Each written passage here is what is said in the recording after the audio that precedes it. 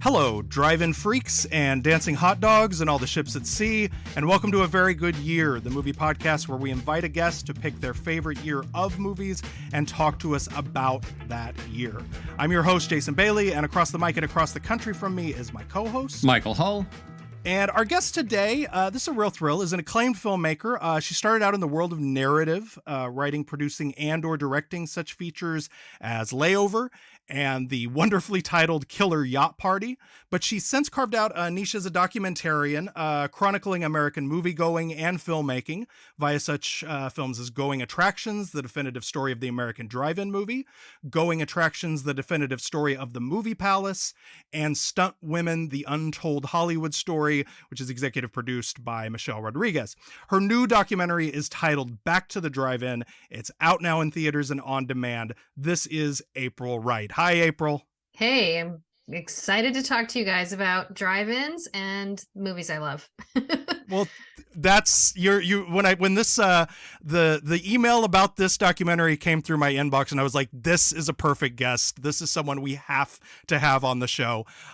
So let's talk first and foremost about your new documentary, Back to the Drive-In, sort of because it's fascinating to me because you don't hear about a lot of sequels in the world of documentary, but this is sort of a sequel. The title has kind of a double meaning because you're also going back to the drive-in. What brought about this sort of follow-up to your drive-in documentary, and what are you sort of tackling in this one? Yeah, it is named Back to the Drive-In because I went back to the drive-in as a filmmaker. My first one that you mentioned in the opening was about the whole history of drive-ins. So it covered everything from the invention to the peak in the 50s, and then all the ups and downs over the years, taking it up to the present day, which at the time was the threat of converting to a digital projector, which actually most drive-ins made that changeover. We didn't lose a ton from that. But I wanted to go back to the drive-in and get to know more of the owners, because from making my first documentary, I got to know some of them. And I realized that almost every drive-in that's still operating, they're family-run businesses. Even if they're companies that have more than one drive-in, they're still family-owned companies.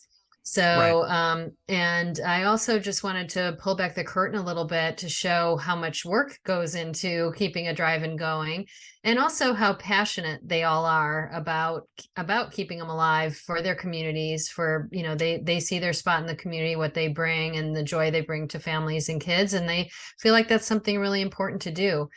So they're very determined. And then I wanted to make it before COVID hit, actually. I had gone to the Drive-In Owners Convention down in Florida in February of 2020, a month before COVID, and told them I wanted to do a follow-up. And it was kind of a funny conversation because a few of them were like, well, why would you want to cover our topic again? And I said, well, because there's drones now. And I was joking, but I wasn't joking at all. Because when I look at my original film, I think, man, if I had better cameras, if I had drones, I could have got completely different shots. But I made that movie a while ago. It literally came out exactly 10 years ago. So it's the 10-year anniversary of my first one. And then when COVID hit, it kind of added a layer to the story. And that was the other reason I called it Back to the Drive-In, because it wasn't just me going back as a filmmaker, but everyone kind of went back to the drive-in, and they had this little revival. So I just wanted to show the families running it and the passion and all the work that goes into it, and the fact that, if you want them to stick around, you need to get off your couch and go support them. Yeah, definitely. Well, no, I went back to the drive-in during COVID as well, as I know a lot of people did. I live in New York, and when COVID started, I didn't have a car. It wasn't an option unless I wanted to, take a cab to the drive-in, which I missed going to the movies, but not that much. But I had to go back to, Mike and I are originally from Wichita, Kansas, and I had to go back home that summer of 2020 to deal with a family estate situation. And the drive-in that's been there since we were little kids, it was the Landmark Drive-In when we were kids, but now it's the Starlight Drive-In. The Starlight Drive-In gives you more. Call 524-2424. They were up and running and full and doing bang up business. And I was there for a week. April, I went twice in that week. Yeah. And it was And really, it and was, we almost lost that one because yeah. Oh, yeah. the owner left or passed away, and that was unsure what was going to happen. And thankfully, another drive-in owner came in and took it Yeah. over. And you're right, it's going strong. That's a very, Yeah. very awesome drive-in. I've been by there a couple It's, times. it's great. Well, and I went twice in that week, and it was like this triple layer cake of nostalgia, because like on the first level, like I missed going to the movies. It had been a few months. I missed it. I had the second layer of nostalgia of like, this was the drive-in I went to as a little kid, like where I fell in love with movies. And then the third layer was like you talk about in the movie. The stuff they were showing were all movies from when I was a kid. Some of them were movies I saw at that drive-in. Like I went the Hmm. first night and I saw Ghostbusters and Karate Kid, and then I went back later in the week and I saw Back to the Future and Empire Strikes Back. So it was overwhelming to sort of like to have this little, it was like going into Back A to the time Future. It was like machine, going right? into a Yeah. time machine. Yeah, Yeah, because there were totally. hardly any new movies coming out. So the retro movies Right. were the thing. And yeah, you get to step back in time for sure. Yeah, yeah, it was a lot of fun. And so I loved that element of the movie, the sort of remembering that very specific moment in movie going when so many people were going. But the other thing that and of course, as a movie geek, I loved the sort of logistical, like just seeing how these places run is fascinating. I was talking to Mike before you came on, and like he didn't realize, it's been so long since he's been, that that they broadcast over the radio now instead of on the shitty little speakers. It's My like, car speakers are much better than that little box. I was like, that's brilliant. Is that really what they're doing? I had to back it up. I was like, say that again. It switched Yeah, to it that in the is. early 80s. Yes, Oh man! that's what I told well, him. Then I've I said it's definitely been since they been a did minute. that and just put it Yeah. out of my mind for some reason. Yeah. Yeah. But the other thing that I wasn't expecting to find in the movie was, in a lot of ways, it's almost like a psychological study of just sort of different types of personalities that, you go to, correct me if I'm wrong, it's 12 different drive-ins 11. total. Hmm. 11 11. different ones. Yeah.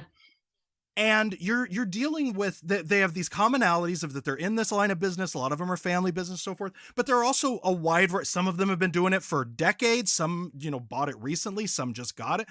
It becomes a fascinating study in sort of in psychological, in different personality types, in the way that different types of people react to being in this situation. Were you Yeah. expecting to find that, or was that something Well, that just sort of happened? yeah, because they're pretty much all family businesses. We often say that drive-ins do take on the personality of the owner, and Mm, they're entrepreneurs, and so they do have an opportunity to try different things and to cater to their area.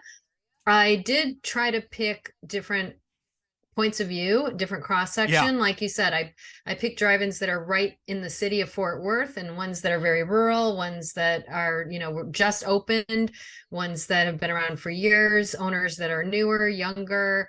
I tried to pick as many different factors as I could to get a cross section, and I Yeah. thought they would really tell me different things. And even though they expressed them in different ways, they started all telling me the same things. They were all basically Mm. in the same boat together. They all had the same exact issues.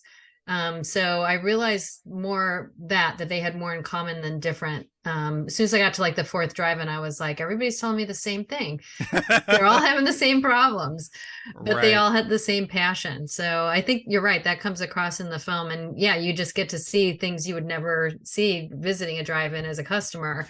The fact that they get there at 2 p.m. and they're there till, 2 a.m. at least. So Well, I've been working on a documentary about the end of the video store era and sort of, how that impacted everybody. And it's like by the third store, you're like, this is the same interview I've done twice already. It's mom and pops, for the most part, are the only ones who have them now. They are, driven by a love of community and a love of movies. But they're all sort of bumping into the same problems. And it becomes a challenge of like, okay, sort of how am I going to sort of not repeat the same interview, over and over through my yeah, movie? And I yeah, got a lot of sort of feeling of that. And, yeah, I think you do a good job of, the way you do it is, as Jason's saying, is it sort of a psychological study of how people are dealing with this yeah. problem that they're all confronting. And I realized I think initially I thought it might be by topic, but then I realized each drive-in was kind of having its own mini arc. Like each one ended up Mm, being about something, unique. Like the Harvest Moon is about the family expanding through the daughter right. and the wife. And obviously, the Wellfleet in Cape Cod is about the fog. Is it going to stop the show or what's going to happen? The Og, as he said, the F The word. Og. Yes, we can't say the F word. It's the Og. But yeah, so I realized each had its own sort of separate arc that could dominate, and then they had crossover. So yeah, I didn't set out to do it the way I did it, but that's what made sense once I was out on the road. Well, having spent so much time now on this topic and with, at these drive-ins and talking to these people, and I know this is a big question, what do you think after all of this observation and sort of anthropology, what do you think will become of the drive-in? Do you think it's going to hang in there? Do you think it's going to be around for a while, or do you think its time is passing? Mm-hmm. Yeah, I've been talking to everybody about that. I don't know, but I'm optimistic. I mean, the whole film industry, the exhibition piece of it in particular, is in a huge phase of transition. Yeah. We were already getting streaming, but the pandemic sped that up, gave an opportunity for the studios to test the idea of what if we just send it straight to our streamer, what happens? And they got to do that. And I think most of them realized that the theatrical piece adds to the visibility and the value of the film in the long run. Yep. So I think they've all learned that lesson. So there are more movies releasing this summer, and next summer will be even better. But it is funny you just mentioned video stores, because those were one of the factors that hurt drive-ins, that really caused their decline. And who would have thought drive-ins would outlast video stores? Right. In a way, like Blockbuster is gone, Totally. except for one. Yeah. But there's Yeah. still about 300 drive-ins left, so that's kind of Yeah. strange. But yeah, I think, and a couple of people in the movie say this, that drive-ins have a little bit of an advantage because they are unique, they are community driven, and they provide more than just a movie. It really is about a Right. total experience, a whole evening out. You can interact with the people that you're with. It's just, and it's also in a really fun setting. When you go to a drive-in, especially when you're a kid, it's magical. When you go in as an adult, it still is. I think there's something to the environment of the way they're designed, those huge screens, the big marquees, that when you go there, you're somewhere special. And so I think there's a little bit of an advantage that, it's a place where you can create good memories. And so it's more than just seeing a movie. And so they have an advantage. But that being said, drive-ins are in transition as much as everything else. We've seen in the last 2 years more drive-ins closing or changing hands than in the last 30. So the total number is actually going down since the beginning of the pandemic. You might think, oh, they got so much attention, the number would go up, but no, the number's been going down. A lot of people have been getting out or selling their drive-ins or just closing. So the total number's down right now, but I'm optimistic. Maybe in 5 years, we'll see it go back up a little bit, because there are old drive-ins reopening right now, and some people are even building new ones, as you see in my film. So I'm a little optimistic at the outlook. Yeah. Well, I hope so. Because it's a one of a kind thing. It's fun to do. And I'll tell you, I found myself, like, I paused the movie at a certain point just to look up how far away Greenville, New York is from the Bronx, because that looks like a good goddamn time, that Greenville drive-in where they've got They the get a bar lot and of the people theme that drive nights. up there from New York City. Yeah. So I'm going. Yeah, you should check that one out. It is a good time. I'm going. I'm definitely going. Well, it's a wonderful movie. We'll plug it again at the end of the show, but the title again is Back to the Drive-In. You can see it in theaters. Imagine that, and you can also see it on demand.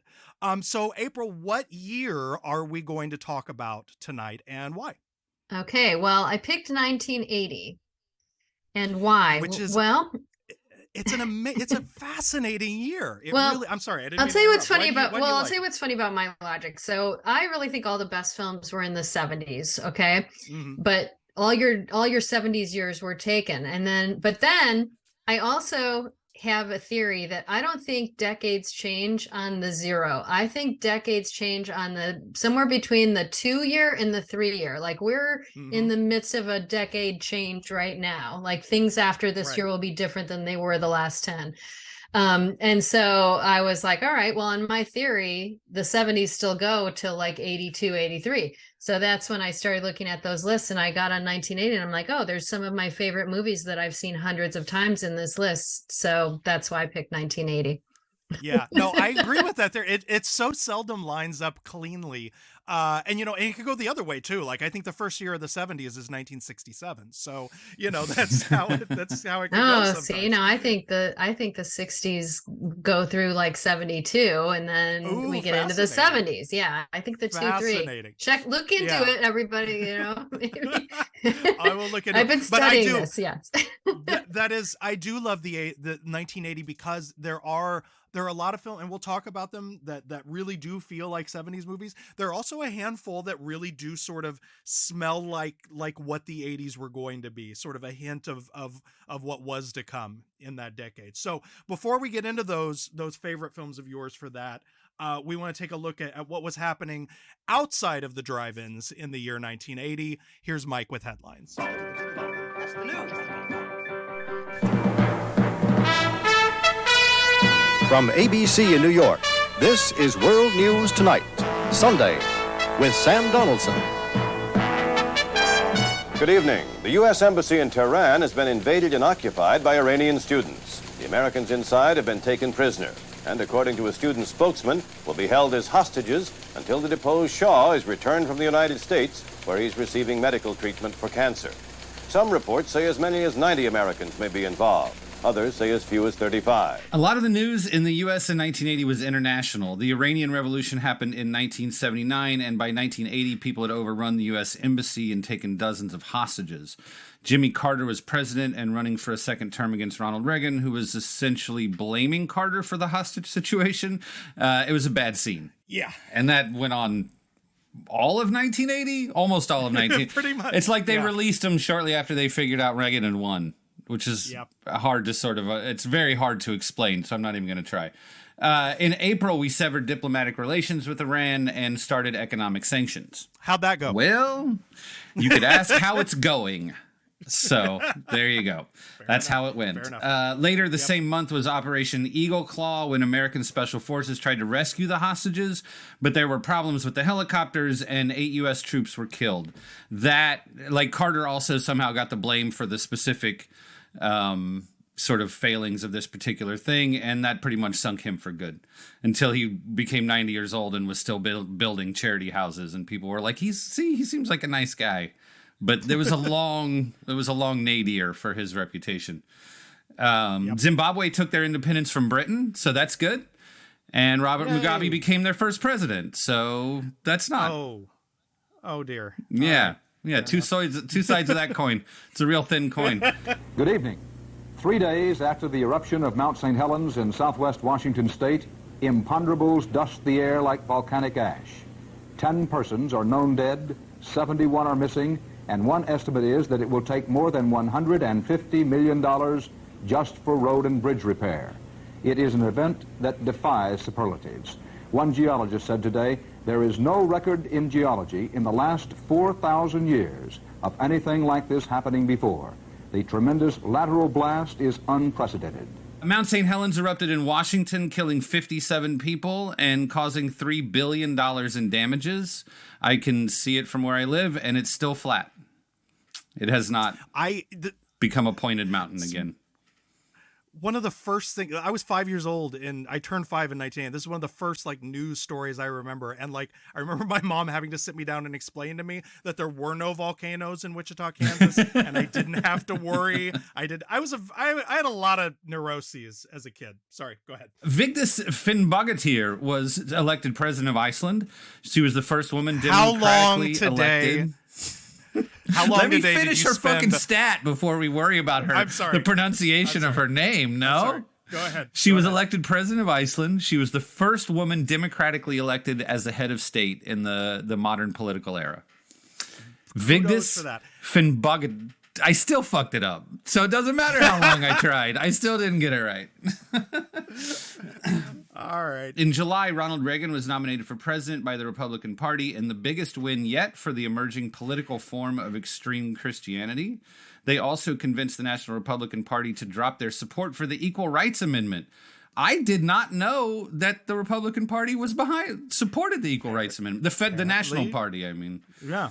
Apparently so. I'm sort of assuming like it didn't pass like Barry Goldwater's Arizona or something. You know. Right. The Iran-Iraq War started in 1980. That's didn't work out very well for anybody involved. Nope. April 29th, Sir Alfred Hitchcock, known as the Master of Suspense, died at his home in Bel Air, California at the age of 80 after kicking fucking life's ass all day long. Right? I mean, that guy did all right. Like, you know, like we can be sad and so on, like, but that guy did all right, huh? Yeah. April, what's your favorite Hitchcock? Maybe Vertigo. Good call. But I also love North by Northwest. Ooh, and I excellent. love Rope, so I don't know. It's very hard so to many pick good one. ones. That's what makes him Alfred Hitchcock. It's true. I'm a Rear Window man myself, but I falter on that occasionally. Mike, what's your favorite Hitchcock? Whichever one my wife is watching today, she knows all of his movies inside and out, and like she convinces me every time a new one comes on that that's the best one. So like I haven't actually been able to answer this question for 10 years. June 9th, Richard Pryor set himself on fire while freebasing cocaine and drinking 151 proof rum. He ran down a street in North Ridge, California until he was subdued by police. It's terrible story that he made a lot of fucking good jokes about. Sure did. And far be it from me to resist an opportunity to plug. The book is called Richard Pryor, American Id by yours truly, Jason Bailey, available on Amazon or wherever fine books are sold. I know I'm biased, but it's a great book. Thanks, buddy. We interrupt this program to bring you a special bulletin from NBC News. Former Beatle John Lennon is dead. Lennon died in a hospital shortly after being shot outside his New York apartment tonight. A suspect is in custody but has not been identified. Again, John Lennon is dead tonight of gunshot wounds at the age of 40. We now return to The Tonight Show. And on December 8th, the last good celebrity, John Lennon, was murdered by an asshole. Don't care for that. Whose name will not be repeated on this podcast. Fuck that guy. Yep. May 1st, the first time the word yuppie was used in print. You would know that. Fucking yuppie. Pac-Man came out in 1980, and as far as I know, is still the highest earning arcade game of all time. I assume there's some sort of a downloadable Xbox thing that has surpassed it. But for arcade games, the one that matters, Pac-Man is still the top. Do you know what the original name was? I do not. Puck-Man. I don't know why they changed it. Puck-Man is a great name. I think that maybe they were afraid we would assume it was about hockey or something. I don't know. He looks like a puck. Also, that's why they called him that, right? Yeah. Because he looks like a puck. See? Yep. This news service will be called the Cable News Network and will program continually updated half-hour segments of national news, business news, sports, and features 24 hours a day. I know that we will succeed, and I pledge to you that we will not let the American public down. We're really happy to be here at the start of something very special in television journalism. And we're happy that you're here with us to watch the news channel as the news goes on. In further birthing, debuting news, CNN was launched by certified lunatic Ted Turner. All right. News all day. Imagine that. Some people were born that year, also, in addition to news channels and video games. Lin-Manuel Miranda, Zooey Deschanel, Jason Segel, Nick Carter, the fourth best Backstreet Boy. I love that we're eventually we're going to get your full ranking of the Backstreet Boys via the birth segments. Yep. Yep, you're gonna, and if we ever get an NSYNC person, people are gonna be mad when those rankings come on. Christina Ricci, Gucci Mane, Jessie Jane, and Macaulay Culkin were born in 1980. That's my dream blunt rotation for 1980, right there. Rebel Wilson, Laura Prepon, the greatest soccer player of all time, Ronaldinho. Don't fucking at me. Channing Tatum. I have no idea. Ellie Kemper. I know other people do have an opinion on that, though. Sybil Kilkelly, who flipped a career in German porn into a scene-stealing Game of Thrones character. Okay. She was Tyrion's girlfriend for seasons 1 through 5 and was amazing. Great. Venus Williams, Jessica Simpson, Kristen Bell, Michelle Kwan, Cece Sabathia, Chris Pine, Ryan Gosling, and Virgil Abloh was born in 1980. Right. Rest in peace. All right. In sports news, Jesse Owens died. Shout out to Jesse Owens. Shout out. That guy probably gave Hitler more ulcers than anybody else by just running around in circles. Yeah. So shout out to Jesse Owens. Shout out. The Pittsburgh Steelers beat the LA Rams to win the Super Bowl. Also in NFL news that year, the New Orleans Saints became the first team ever to go 1-15. All right. Ouch. The Phillies won their first MLB championship in 97 years of trying. It's a good year for Pennsylvania sports. Larry Holmes beat Muhammad Ali by knockout in what would be Ali's last world title fight. I have to mention Muhammad Ali every chance I get because he's the only athlete with so many movies about him that Jason actually has some sense of his career. The documentary about this one, because to continue our running theme, every major Ali bout has a documentary, is called Muhammad and Larry. It was shot at the time by Al Maisels. It was not made into a film at that time because it was so fucking sad because Ali clearly needed to not be fighting anymore. And then it was assembled decades later into like an hour-long documentary for 30 for 30. It's worth seeking out. It will break your heart, but it's also really good. It's sort of the only time you've ever seen Muhammad Ali as like not like a superhero. Yeah, very fallible, very because human. he's a superhero everywhere else. Yeah, and watching him sort of having been a superhero for so long, it's a heavy one. Watch Ali Boumaier before this one. Like this shouldn't be where you start your Ali Boumaier. your Ali doc search, but Ali Boumaier. Also in boxing, 1980 was the famous No Mas fight between Sugar Ray Leonard and Roberto Duran. Great fight. Jupe Zoetemelk won the Tour de France. I really only included that so I could say the name Jupe Zoetemelk on our podcast. Jupe Zoetemelk. It's fun. Yeah, that's my new hotel name. And finally, there was no World Cup, but there was an Olympics. The U.S. boycotted the 1980 Summer Olympics hosted by the Soviet Union, blaming their recent invasion of Afghanistan. Sure. Who knows what the story was behind that? Sure. I'm sure that was some bullshit. But we hosted the Winter Olympics at Lake Placid. This was the Olympics with the famous Miracle on Ice, where a bunch of American riffraff. Yes, there's a movie about it. I've seen it. Beat the best hockey team on earth, the Soviet Union, and we obviously haven't stopped talking about it. Here we are. USA. And that is headlines in 1980. Thank you, Mike. And now, a word from our sponsor. Discover something new at the 52nd edition of New Directors, New Films, presented by the Museum of Modern Art, heard of it, and Film at Lincoln Center, heard of that? Very fancy. Yeah. From March 29th through April 9th, experience what Hyperallergic calls, quote, one of New York's most exciting film festivals, unquote. They're not wrong.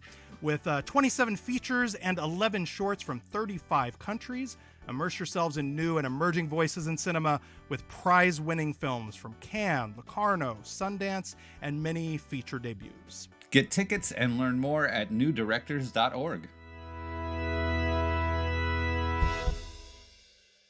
All right, April, you ready to do a top 5? I'm ready. All right, so we decided we're gonna wing it on the order here. This is an unranked list.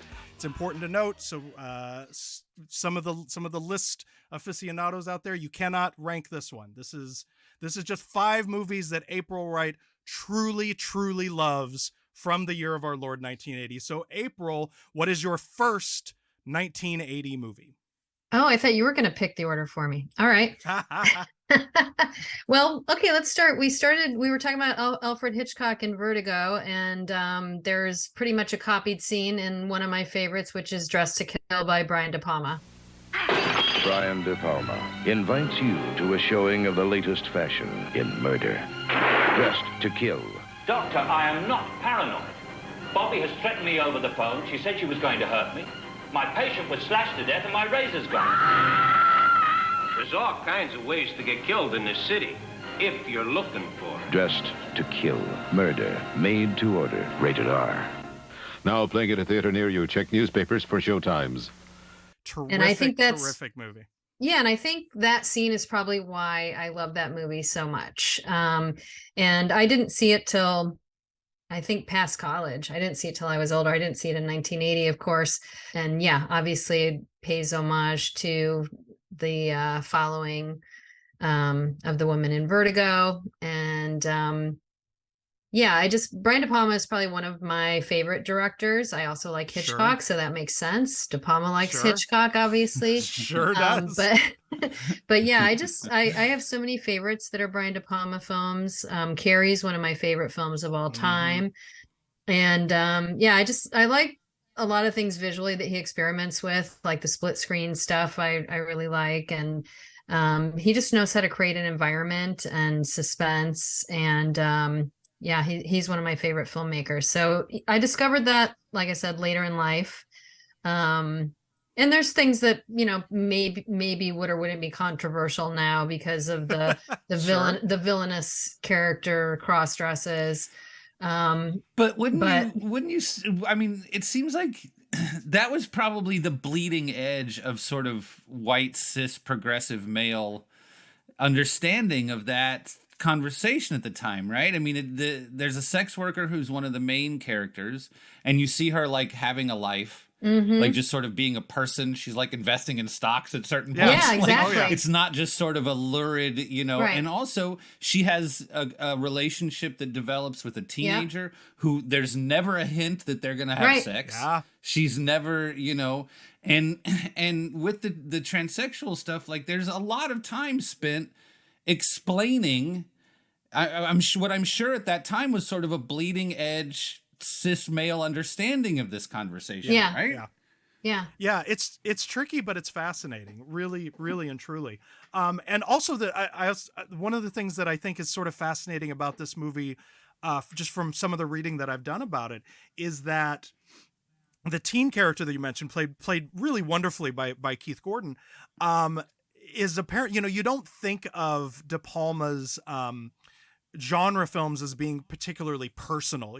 They're very stylized, like you mentioned. His camera work, his camera blocking, his editing is second to none. He's just a terrific stylist. But you tend to think that they are sort of exercises in style. From what I understand, that Keith Gordon character is very much based on him. Like that was Brian De Palma as a teenager. He went through a whole thing where he like became convinced that his father was cheating on his mother, so he was like spying on his father's office in much the way that the kid is in the movie. There's a De Palma documentary, and is that in there? Yes, it is. You're I right. heard that information too.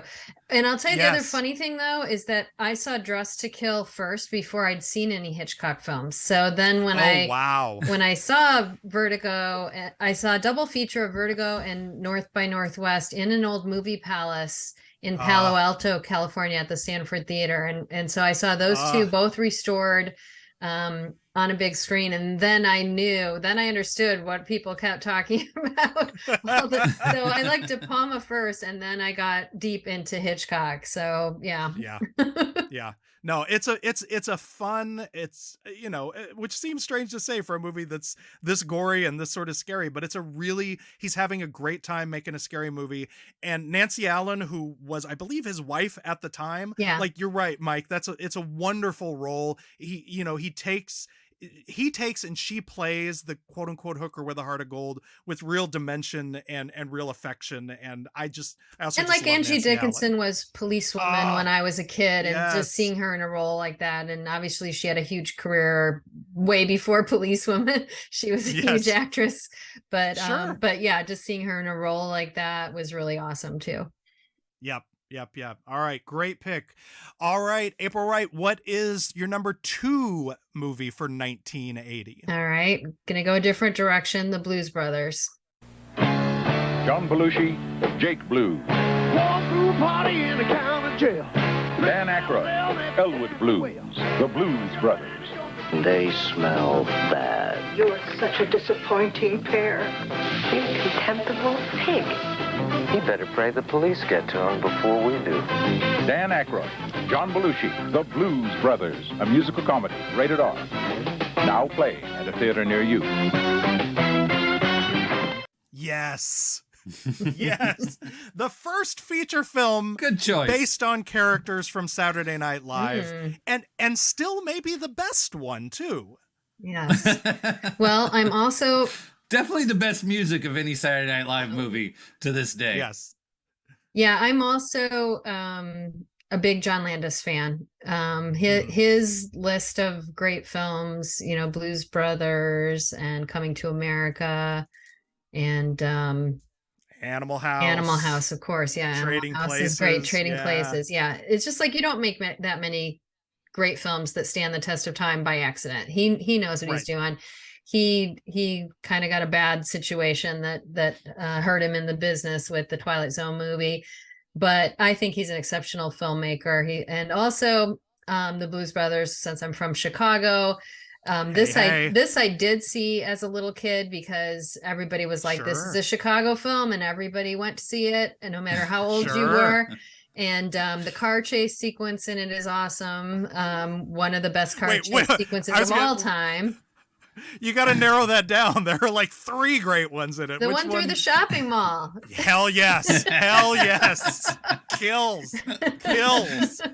Oh, it's so good. The music, like you said, all the cameos in it, you know, so it just, when I was a little kid, we didn't really have, we grew up outside of Chicago. We didn't really have an air conditioned house. We had one air conditioner that you'd put in a window.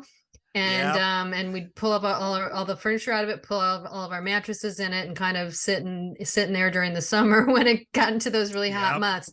So there were a lot of movies that we would just go to the movie theater to be in the air conditioning. And so even though I was a little kid, that summer Blues Brothers came out, I probably saw it, you know, 7-8 times at least. We kept going back to see it. So formative. Yes. So we saw it many, many times.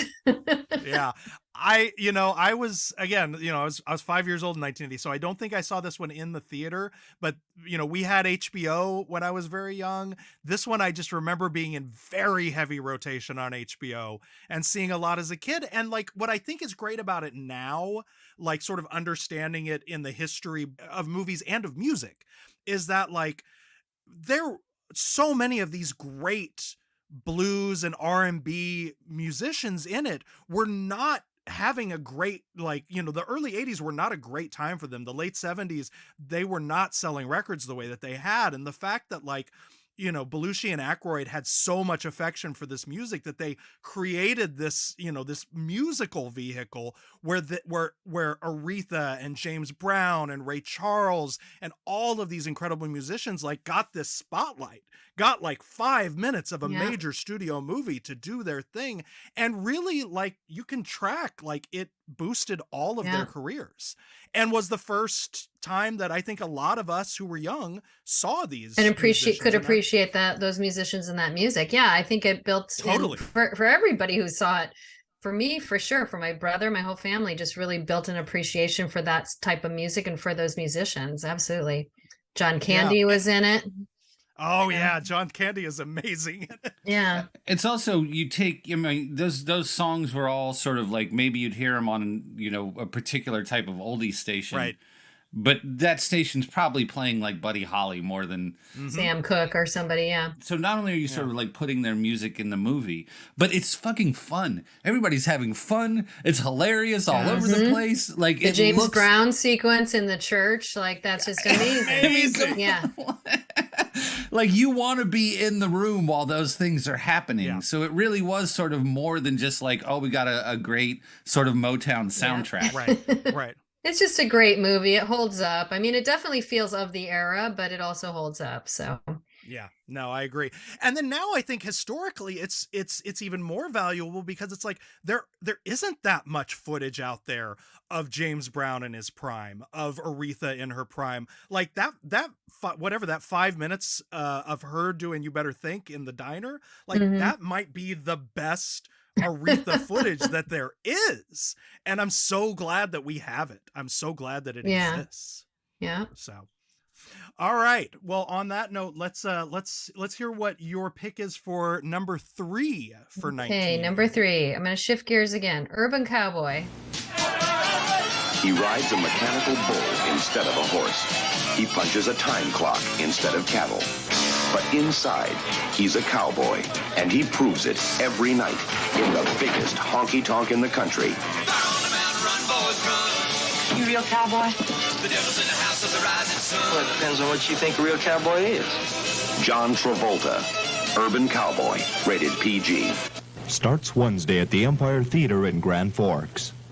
Now, this is the one that I saw latest. I saw most of these, if not then, but then around then. I didn't see Urban Cowboy until, I don't know, 2 or 3 years ago, when it came out on Blu-ray. So I have very specific thoughts about what I like about it, but tell me first what it is that you love about Urban Cowboy. For me, it was probably one of the first like adult movies that I saw, even though I was really young, because there was such a phenomenon around John Travolta. And I, of course, had not seen Saturday Night Fever. I didn't see that till I was in college or later.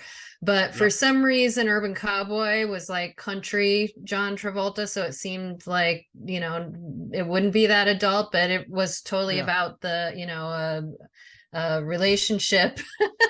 But it's rated PG. That's what shocked me. I rewatched it for the show, and as I was putting the disc in, I was like, wait, this is a PG. I remembered it being very grown up. You're right. Yeah. And just Scott Glenn as the villain, he's so great. And even though I was really young, I was able to like appreciate what he was doing and how good he was as the villain character. The cast is just, I think I probably, as somebody who ended up being a filmmaker, I probably just really loved the cast because Scott Glenn is great, Travolta is great, Deborah Winger is amazing. You know, she was, you know, in that, An Officer and a Gentleman not too long after this, and you know, just you know, she was the top actress of that era. So I kind of snuck in to see it when I was way too young. But me and one of my girlfriends, we snuck in to see it because we just, you know, somehow needed to get in on this John Travolta phenomenon, even though we were way underage. But so it just kind of left an impression on me. And I think also from a music standpoint, it is also a slice of time musically for the same reason we were just talking about the Blues Brothers, that there were so many wonderful country artists that had music on that album, and the album is still good today. You know, just everything from Charlie Daniels Band to Mickey Gilley, who owned Gilley's, and also just capturing Gilley's and that sort of, you know, slice of time. I think it holds up. I think it's a very emotional movie. I think all the performances in it are what I love the best. Really strong. Yeah. Well, first of all, the Gillies aspect, yes. Like I did some Googling after I watched it, and I was like, that like blew my mind. Like that was real. Yeah. That was Crazy, real. That's right? like, that's almost like documentary footage in Gillies. It's like, wow, that joint was something. You know, what really struck me about it when just watching it recently and sort of, you know, from this perspective, I didn't see Saturday Night Fever until much later, until much after it came out. And, you know, we had Staying Alive, this sort of much maligned Saturday Night Fever sequel. I feel like this movie is almost more, even though it's different characters, it feels more like the follow-up to Saturday Night Fever in a lot of ways. It's certainly closer in tone, in style. The story is not dissimilar, I think, quite purposefully. The family stuff with his family at the beginning feels a lot like the country version of the family stuff in Saturday Night Fever. And, you know, and then it's like, it's, you know, he's basically playing the country version of that guy. You're kind of right. I never really thought about that, but I think I knew it. I think I knew that somehow deep, but I hadn't really analyzed it. But I think you're right. It really jumped out. I had just watched, you know, when I saw it, I had just written my book about New York movies, so I'd watched Saturday Night Fever a few times. And it really jumped out. Except I got to be real honest with you. I think I might prefer it to Saturday Night Fever just a little bit for the main reason being Deborah Winger. Like the women in Saturday Night Fever are so sort of one-dimensional and flat, and they don't, you know, they're not written with any real juice to them. And this character is complicated and messy, and Deborah Winger, you're right, is just phenomenal in this movie. She's so good. Yeah, I would agree with you on that. All right, what is our number 4 out of 5 for 1980? April Wright. Okay, this is a weird one, but my family can back me up. Superman 2. The 3 villains from Krypton have taken over the White House. No. Kneel before sword. Metropolis is almost in ruins. And Superman has lost his powers. Or has he? As the adventure continues in Superman 2, rated PG. Now playing Check newspapers for local listing. There is nothing weird about loving Superman 2. I got your back And- on Superman 2. I might have seen it as a kid. I'm not sure I remember. I remember seeing it later. And for me, between the original and the second Superman, I like the second one. I like Superman 2 a little bit more than the first one. And I'll tell you why. There's a few reasons. First off, I just really loved the villains, because the first one, obviously, they're in the, I forget what you call the thing where they were. I don't even remember what it's called. The mirror thing. The flying mirror thing. Yes. Yeah, there's a name for it. I'm not a comic book guy, but yes, right now. I know what you mean. But yes. I loved that the second movie they escaped, because the beginning of the first Superman, you see that they get banished, and then that something that Superman does explodes that and causes them to escape. Like, I just liked how that all tied in. I was like, oh, that's just really amazing. I was really fascinated with Niagara Falls for some reason, and the fact that they went there and had the whole sequence. That's a great scene, I was just like, yay, Niagara Falls. And then just the fact that he was willing to lose his power for Lois Lane, and you're like, no, why would you do that? Did people really like Margot Kidder? Like, did they seem right together? I didn't think they did. I didn't understand that. I'm like, why would he let go of his power for Lois Lane? Like, that didn't make any sense to me. Now, I'll tell you something funny. Later in life, I got a boyfriend who was obsessed with Margot Kidder. She was like his favorite of all time. We could not understand it, but he just loved Margot Kidder. So I'm like, all right, well, maybe I played that wrong. Maybe Superman just really needed Margot Kidder. But that was so traumatizing for me, that he would give up his power, and then he was getting beat up. And you can tell I saw this one as a kid, because definitely. Because I have all these like kid emotions about it. But yeah, it just really emotionally hit me, that one, for some reason. And when I watch it today, I still love it. I mean, the visual effects are pretty good, but it's just got a bunch of weird things about it that I just liked.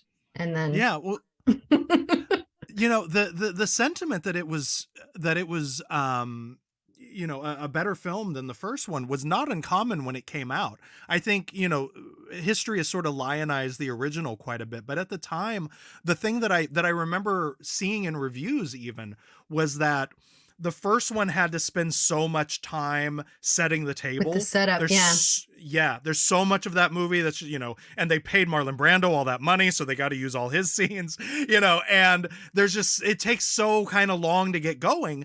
But as a result, when the second one starts, it goes, like, they are off and running, and it is nonstop, and it's an all around sparkling entertainment, and it's exciting, and it's romantic, and it's funny. And Richard Lester, again, there's been this sort of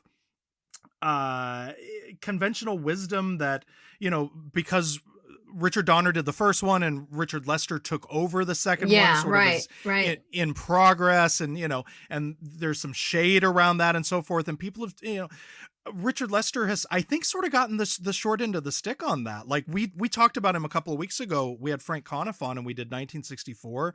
And, this is the guy who directed A Hard Day's Night. Like, Richard Lester was not some hack, was not some studio schmuck. Well, they He's did a hell the of a Richard director. Donner cut later, like that came out. Yeah. Yes. Have you seen that? Because I have not gotten around to it. I think I did, but like, they weren't different enough for me to just be like, oh wow, he was right. Like, I didn't have that emotion. I was just like, okay, two different versions of something pretty similar, I think, was how I responded to it. But anyway, it's just a fun movie. And of all the comic book movies, even though some of the effects are definitely dated, Gene Hackman is still great in it as Lex Luthor. So great. That level of sort of, what is even the right word for Hackman in that movie? It's like that level of sort of bombast.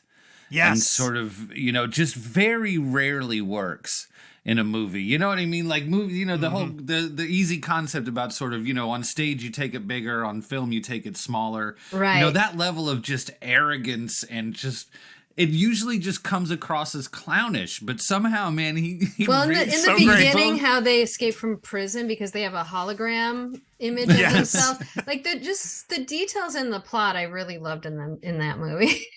Yeah, no, it's a blast. It's a blast. All right, we've reached the end of the list. April Wright, what is your fifth and final favorite movie for 1980? Yeah, so I had to go with one of my all-time favorite movies on any list, and that's The Shining.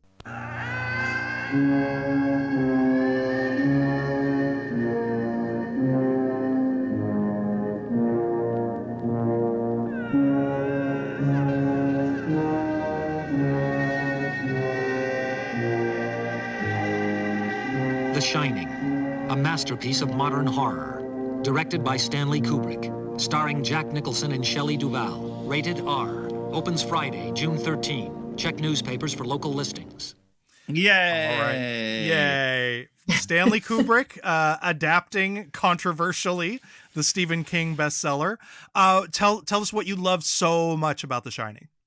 Well, also something I didn't watch until I was like college or later. And I just love it. I love all the performances in it. It's just scary. It's creepy. Yeah, just the whole evolution that Jack Nicholson goes through as that character. It's probably one of his best performances. The location of it at the hotel, of course the elevators with the blood, the creepy little girls. Oof. Like there's just so many things. It's classic. I'm not the only one who thinks so. But I'll tell you what's funny. Part of the setup for it for me, when I was a little kid, of course I couldn't see it, but there were ads for movies in newspapers, and I just remember so much loving the ad for The Shining, which I think was Jack Nicholson's face by the door. And I was like obsessed with it. I wanted to see that movie so badly. I don't know why. I just loved that ad. It was so creepy. It was so compelling to me. I wanted to see it. I was not allowed to see it, of course. But yeah, so then when I finally saw it as an adult, I was just like, oh, okay, here's what the big deal lives was. up to the poster. And it lived up to it. Exactly. Boy, does that was the whole thing. But yeah, so yeah, I love The Shining. I just like the music, the beginning of it, the way the credits roll in the beginning and draw you into it. Because that's an unusual way to start a movie. Yeah, it's just, I've watched all the makings of The Shining. I've watched the documentary about Room 237, and I've watched all the good. Yeah, so yeah, it's just I don't but have you watched the Stephen King Presents TV movie version of The Shining? Does everybody know he hates this movie? Do people know that? He hates this movie. It's wild how much he hates this movie. And it's insane how much he hates this movie. The way he described it is he said it's very cold, it's very distant. Like, okay, fair. But like, have you seen it? And? Did you write it? He also says that the Shelley Duvall character is one of the most misogynistic things that has ever been put on screen. That she's only there to scream and be stupid and like nag him, like as if it's presented that the nagging is what drives him insane. Wow! But he did an EP, a TV movie version starring the guy who was in the romantic comedy Wings. Yep. The sitcom. Yeah. I took that one for the Very Good Year team. It looks like a very early episode of Law and Order. It's terrible.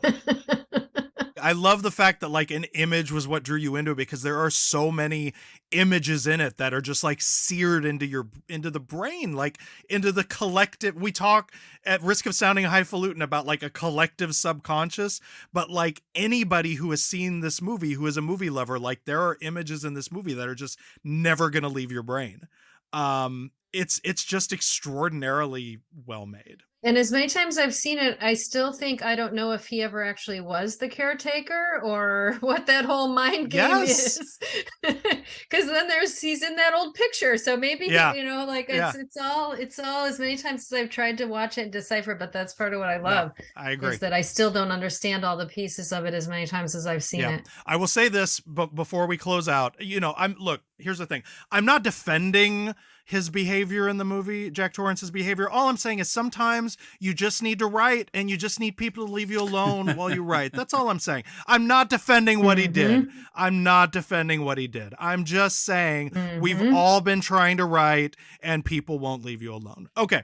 April, thank you so much for this wonderful top 5 list. However, there were a lot of other movies out there in 1980, so let's find out what films were winning trophies and making money. Here's Mike with awards and box office. Sell out with me, oh yeah, sell out with me tonight. The record company's only Best Picture, Best Director to Robert Redford, Best Supporting Actor to Timothy Hutton, and all of those same awards at the Golden Globes for drama, Ordinary People. Yeah. April, where do you land on Ordinary People? I know it was a big one. I didn't see it until way later. Same. I didn't dislike it, but it's not my kind of movie. I think you can guess by that list I just gave you. I can't discount the tone of it, and you know, it's an important story. It's definitely well acted. I don't disagree with the awards, but it's not something I want to watch over and over. Fair enough. It's no dress What to else? kill. There you go. Best Actor went to Robert De Niro for Raging Bull. The famously methodized stop the movie for 6-8 weeks while I eat my way through Italy and France performance of Robert De Niro in Raging Bull. April, thoughts on that particular motion picture? I know it's one of the best. I know his performance is one of the best. I don't disagree with that, but again, it's just not my thing. You know, I'm not like, I like it. I like it as a film. I didn't watch it until maybe 8 or 10 years ago. It took me a while because it's like black and white boxing movie. There wasn't anything to like make me, other than knowing that it's a great movie. There wasn't anything, and there were a lot of great movies on my list that I caught up with like later in life, and that was one of them.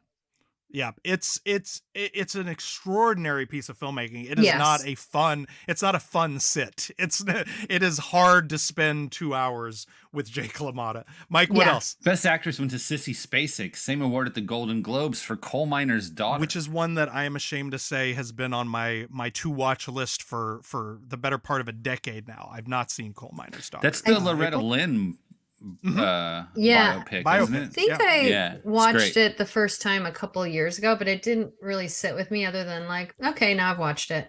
There you go.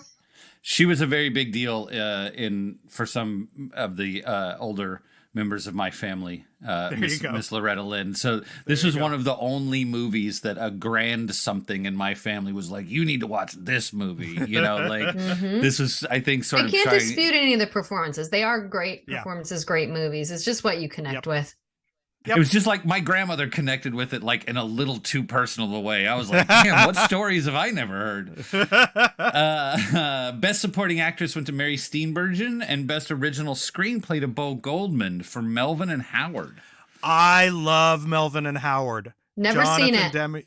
Great movie. Great movie. Okay, what else, Mike? Wait, it's Jonathan Demme? I need to watch it. Yeah, it's really good. It's really quirky and strange and not what you expect. That's one I've never seen. All right, I'm gonna watch that. Yay! Best Score and Best Song went to Fame. I'm gonna live forever. I'm gonna learn how to fly. How'd that work out? You know.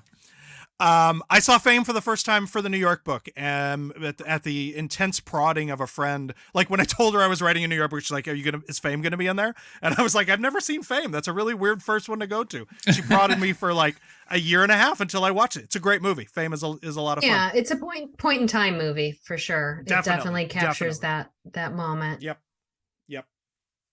Some other big award winners that year, tied for the Venice Film Festival's Golden Bear, were Atlantic City and Gloria. That's a hell of a double feature right there. Louis Malle's Atlantic City and John Cassavetes' Gloria. Both really fine films, in my humble opinion. One of my deepest, darkest cinephile secrets is that Gloria is my favorite John Cassavetes movie. Which is, you're not supposed to think, because it's like his sort of like, it's kind of a genre movie, it's sort of a sellout movie, it's like it's a studio movie that's, sort of easily marketable, whatever. It's great, it's wonderful. And In Atlantic City, terrific too. Susan Sarandon, right? Susan Sarandon, amazing Susan Sarandon performance, amazing Burt Lancaster performance. Louis Malle really, really like evocative, atmospheric, really feels like that city at that specific moment. Yeah. Another tie for the Palme d'Or at Cannes. Apparently people were having a hard time making decisions in 1980. Kurosawa's Kagemusha and All That Jazz. Yeah, All That Jazz came out in 79, but it was in the 1980 Cannes Film Festival, and then it tied with Kagemusha, which is one of the Kurosawas. That's a blind spot for me. It's good, but it doesn't need to be your first. But it's good. Fair enough. All right. Golden Globe for Best Picture Comedy Musical went to Coal Miner's Daughter. A little harder on the musical than the comedy on that one, I'm going to say. Yeah, one or the other. Sometimes really clearly one or the other. Best Actor in a Drama went to Ray Sharkey for The Idolmaker. All right. Never seen it. Never seen it. It's a weird. It's like the only time that De Niro did not get Best Actor that year was the Golden Globe for Best Actor in a Drama went to The Idolmaker. I'm just going to assume that it's a whole movie of him sitting on a porch whittling. There you go. The New York Film Critics Circle Award for Best Film went to Ordinary People, and the LA Film Critics Association Award for Best Film went to Raging Bull. So pains me to say that the LA critics were more right than the New York film critics circle, an organization that I belong to, got it wrong that year. All right, off we go. Domestic box office. Domestic box office. Were people watching any of these movies? Number 10 was The Blues Brothers. Hell yeah, baby! There Number we go. 10 for the year. Yeah, that's all. That warms my heart. Number 9 was The Blue Lagoon. Because you'll always make money on borderline pedophilia. April, have you seen The Blue Lagoon? I'm not sure I ever have. I'm sure I've seen parts of it. It's quite uncomfortable. We've all seen parts of it. All right. Number 8, Smokey and the Bandit 2, a lovely movie. Didn't need to be in the award ceremony I love the running, first Smokey and the Bandit, but a lovely movie. I do too. I quite enjoy the first one. I Yep. have not seen the second one, I will confess. It's not as good as the first one, but if you love the first one, you will definitely be able to finish the second one. That's where, yeah.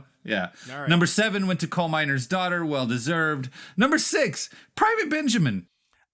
That's Yay! a funny movie. Private Benjamin is a funny ass movie. Mostly the first half, like the basic training. Like I think we all sort of edit that movie in our brain to where the whole movie is like the first half, but it's a really good first half, if memory serves. Yeah, I think I saw that also for the first time in the last 3 years or so.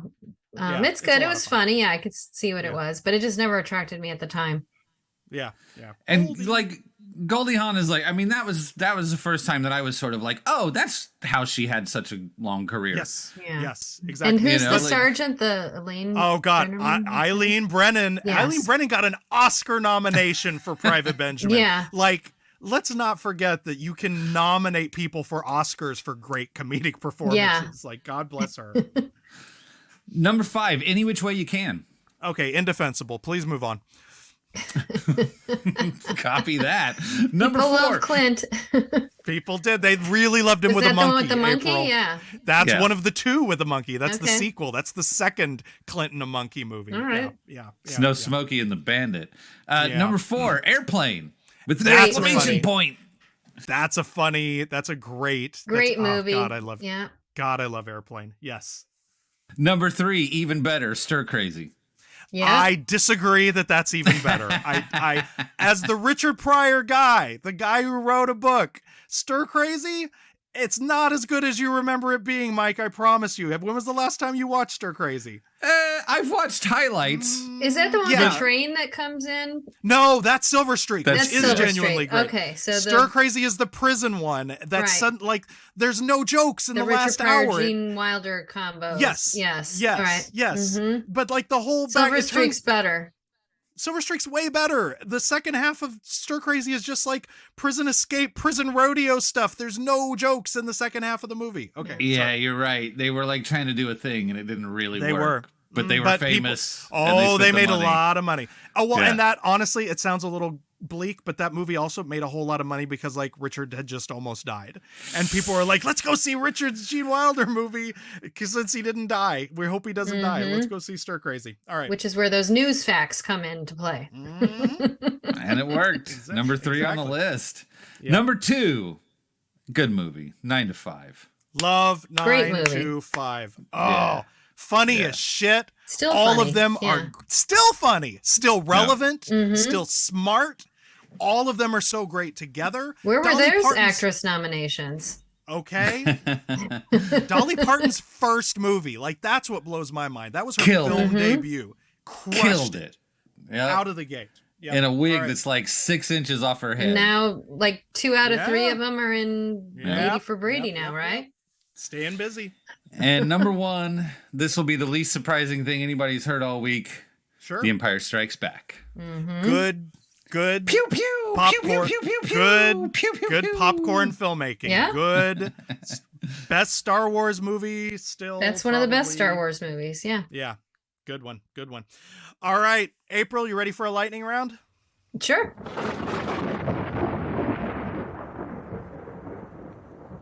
All right, so here's what I have a long list of other 1980 movies.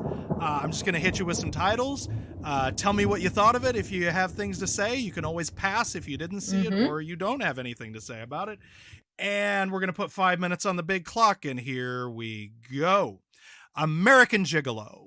Oh, this was on my the 6th on my list. I think it's one of the best Richard Gere. Between that and An Officer and a Gentleman, he got on the map. And of course, the Giorgio Moroder music and the Blondie music. And I kind of put it with Dress to Kill, that there were sort of these sexual thrillers kind of happening in that era. And there were a bunch more of them too. And I like most of them. So I kind of put those together. And I'm a Richard Gere fan. So I didn't see it till later, way later. But yeah, it's definitely got a mood to it. Yeah. Another movie in 1980 with a similar mood, a similar sex movie, was Cruising from William Friedkin. I think I've seen it. I know it got panned and then some people like it. I remember seeing it and it didn't really hit me either way. I saw it maybe 4 or 5 years ago and I was just like, okay. So Another big comedy for 1980, Caddyshack, the directorial debut of Harold Ramis. yeah, that was the honorable mention on my list. That was I another love one. Caddyshack. Yeah, that was another one. Somehow I was with some cousins or relatives in Florida when I was way too young to see it. We went to see it. Yes. I don't think I got hardly any of the jokes. That's a good, like, my older cousin introduced. That's Right? a perfect movie for an older cousin to Yeah. put you on to. That you just Yeah. go with some relatives on vacation in Florida and then you see that. Yeah. So I remember seeing it and then I remember thinking certain things were funny, but then I remember thinking other things were funny when I saw it later. And it's definitely in my rotation. Some of those, Bill Murray and Chevy Chase in it, they're definitely at the prime of their comedy and Ted I don't know what's his name. Ted Knight. Ted Knight, thank you. Yeah. He's just perfect in it. Rodney Dangerfield. It just makes me laugh every time. I love that movie. Yeah. That's another one I watch all the time. I also saw it way too young because it was in heavy HBO rotation. Did not get a lot of it, but man, when you're 6 years old, nothing's funnier than that chocolate bar in the pool scene. Yeah, holds up. Another raucous 1980 comedy. Robert Zemeckis' Used Cars was released this year. That's another one I saw maybe 4 or 5 years ago for the first time. I love the cast. I was entertained, but I didn't love it, but I was glad I saw it. Like I could appreciate it in film chronology. Yes. Another very good cast. Robert Altman's Popeye was released in 1980, a movie I first saw at the drive-in. Oh, wow. I'm down to applause Popeye. I hated it. My brother and sister, I did see it as a little kid. My brother and sister liked it. It just, I don't know. I liked the Popeye cartoon. I don't know. I didn't I like saw it as a kid and loved it. And like by the time I understood that most people actually don't like it, it was already a part of my personality. Like I couldn't let it go, Mm-hmm. All right. I got a good run of very drive-in movies for you now for 1980. John Carpenter's The Fog was released in 1980. Big John Carpenter fan. Didn't see it till later, but yeah, I love The Fog. Perhaps the most influential movie on this entire list, Friday the 13th. The first one came out in 1980. Kevin Bacon. Yeah, I didn't see that until years later. I think the first Friday the 13th, possibly the same relatives. Actually, now that I think about it, we were in Florida and we saw Friday the 13th Part 3 3D. My uncle took us to, and we were way too young for it. And then he stood outside the window all night going, trying to scare us. So I didn't circle back to this one until like after college. But yeah, I love it. You're right. It's smart because of who the killer really is. And, and obviously it started a million things. So yeah, I like the first Friday the 13th. Yep. Another Friday the 13th, very directly inspired by Halloween. Another Halloween inspiration, Prom Night, starring Jamie Lee Curtis, was released in 1980. I still don't think I've seen that one. Like, there's no reason why I shouldn't see it. I like horror. I like Halloween. I just don't know why I never have. I need to see that one. Alligator came out in 1980, starring Robert Forster. You're definitely getting a drive-in lineup now. I've seen these movies because I've made movies about drive-ins. I've seen these in like newspaper ads and on drive-in marquees and stuff, but no, I have not seen any of these, but I'm writing them all down. Because there's nothing wrong with a good Jaws knockoff drive-in movie, right? Alligator is so good because John Sayles wrote it. Like that was one of his like paycheck movies. I'm probably missing out, but yeah, I'm gonna look for these now. Yeah, it's a lot of fun. A really bleak year for the movie musical. 1980 saw the release of the following 4 films: Can't Stop the Music, Xanadu, The Jazz Singer, and The Apple. April, have you seen any of these? Never even heard of The Apple. Jazz Singer, I've tried to watch. I can't even get through it. Can't Stop the Music, you can appreciate because, you know, if you like the Village People, but it was just a mess. I mean, obviously, Alan Carr put that together and, you know, Grease was so great. And then what happened here? And Xanadu, I didn't see that until later, which is very weird because my family owned a roller rink growing up. And you'd think I would want to see a movie with roller skating, but it just seemed really weird to me. But I also love Jeff Lynne and ELO. So like the music in it is great. So I appreciate it now that I'm older, but I couldn't get into it when I was young.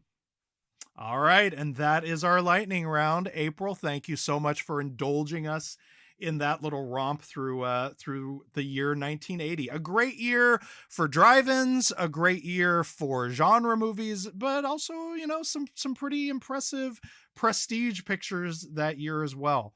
All right, before we sign off, we're going to throw to our friend W. Axel Foley for a quick PSA.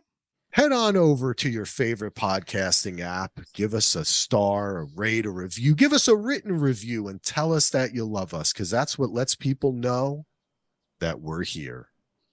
And April, remind us, tell everyone again what the movie is and where they can see it, and also if you have any social media or anything else you want to plug, now is the time to do it.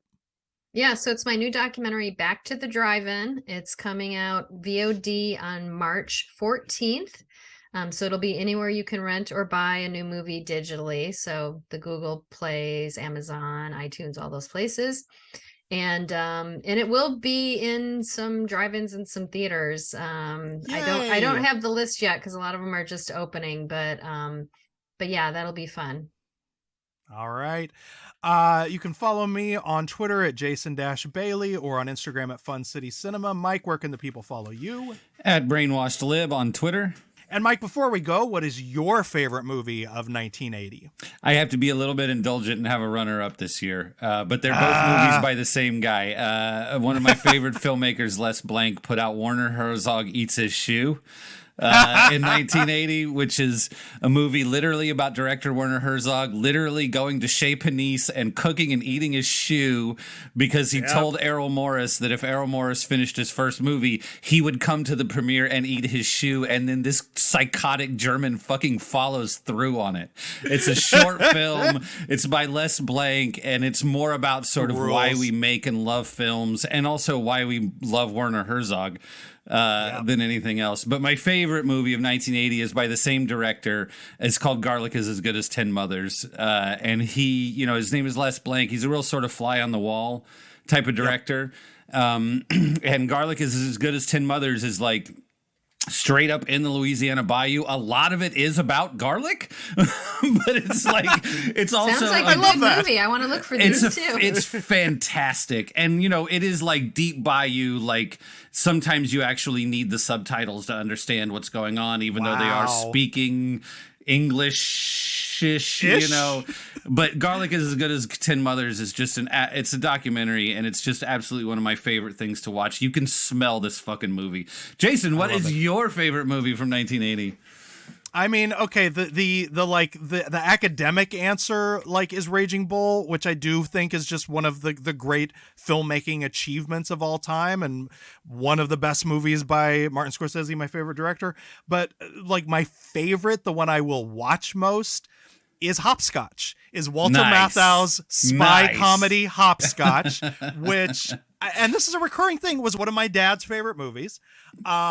It's so funny and great. It's more of a Walter Matthau movie than his like weird run of 70s action movies, like Pelham 1, 2, 3 and, you know, Charlie Varick and the Laughing Policeman. But it is a spy movie where he plays like a legit spy, and it's a great spy narrative. It's based on a book by Brian Garfield, who wrote it after he was horrified by the film version of Death Wish. Right. So he challenged himself to write an action novel where the hero never used a gun, and he doesn't. But the personal thing that I love about Hopscotch is that my dad loved it so much, and he taped it off of television. It was like the NBC Sunday night movie. So we watched it and like wore that VHS tape out. That was like the version that I knew. I only found out later that it was like a hard R because of the inventiveness of Ned Beatty's profanity throughout the movie. He plays like the stymied, almost cuckolded, CIA head in that movie. And this was back when they recorded like an alternate audio track for network television. And so there's all of this really funny, weird, colorful, not profanity in the television version. That's the version of the movie that I first knew. That's hilarious. The Criterion Collection, God bless them, put that as an alternate audio track on the DVD and the Blu-ray. So when I'm in the mood to like watch the movie the way my dad and I watched it, I can flip it over and listen to that version of it, which I love. That's beautiful. That's pretty cool. That's a good one. That's cool. That's a good one. All right. Thank you again, April Wright, for coming on the show. I really had fun. Thanks for having me on. All right. Thank you, Mike. Thank you, Jason. And thank you for listening. It was a very